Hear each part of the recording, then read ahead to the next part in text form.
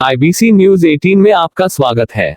मंदसौर विधानसभा क्षेत्र के लोकप्रिय विधायक ने आज टीवी चैनल पर कहा कि पूर्व मुख्यमंत्री कमलनाथ सरकार ने किसानों के साथ जो 2 लाख रुपए माफ करने का छलावा किया था, जिसके कारण किसानों के बैंक ओवरड्यू डिफॉल्ट हो गए, उन किसानों के ब्याज माफ करने के लिए मैं मुख्यमंत्री से बात करूंगा। और घरेलू बिजली के बिल जो अधिक आ गए हैं, लॉकडाउन में व्यापारियों की दुकान बंद थी फिर भी बिजली के बिल आए, इन सभी विषयों पर मुख्यमंत्री से बात करूंगा।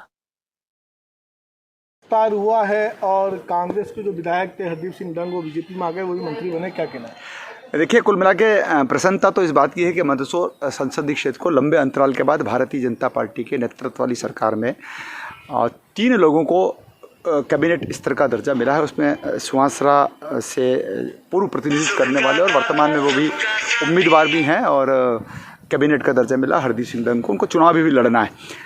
जगदीश देवड़ा जी हमारे वरिष्ठ नेता हैं, मल्हारगढ़ के विधायक हैं और उनको भी काबीना मंत्री बनाया गया है, कैबिनेट मंत्री बनाया गया। और तीसरा ओम सकलेचा जी जो जावत से सीनियर हैं, इन तीनों को मैं शुभकामनाएं ज्ञापित करता हूं। भारतीय जनता पार्टी के संगठन ने और विशेष करके जिस परिस्थिति में सरकार बनी है, उस परिस्थिति में जो कुछ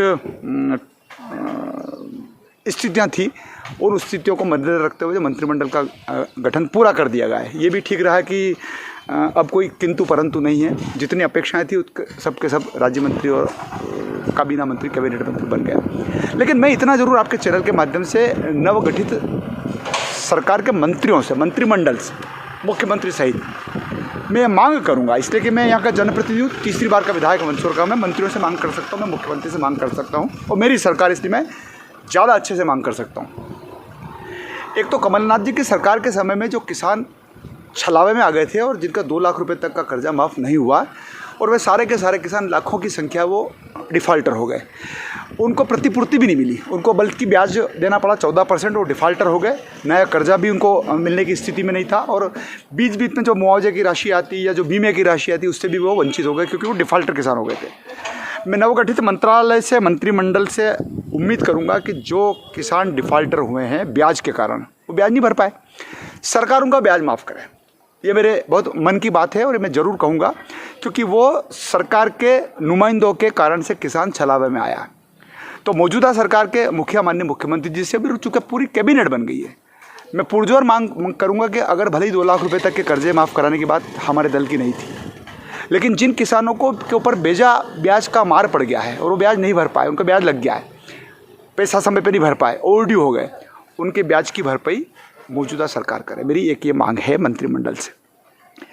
दूसरा, मैं मांग करूंगा कि लॉकडाउन के दौरान मध्यम परिवार के लोगों को, मध्यम परिवार के व्यापारियों को, सामान्य जनमानस को जो कष्ट हुआ है, व्यापारियों के व्यापार व्यवसाय नहीं चले और बिजली का बिल अगर दुकानों का भारी भरकम आ गया है, उसमें बहुत गंभीरता के साथ सरकार को सोच करके उन 3 महीनों में जितना रिलैक्सन दे सकते हैं। अगर 3 महीने के पहले उनका बिल 200 रुपये आता था, 400-500 रुपये आता था, तो उस एवरेज के माध्यम से उनका पेमेंट लेना चाहिए। अब दुकान का ताला ही नहीं खोला, हम दुकान पे गए नहीं, पंखा चलाया नहीं, लाइट चलाई नहीं, और अगर आज 800 रुपये का बिल आ गया, तो मैं चाहूँगा कि पूरा के पूरा मंत्रिमंडल इसमें उनका सहयोग करे। दूसरा, घरों में भी जो बिजली का बिल ज़्यादा आ गया है, उसको भी कहीं ना कहीं कंसिडर करना चाहिए, क्योंकि लॉकडाउन के दौरान भले मैं घर के अंदर रहा, लेकिन मैं कारोबार तो नहीं कर पाया ना, मैं दुकान नहीं जा पाया।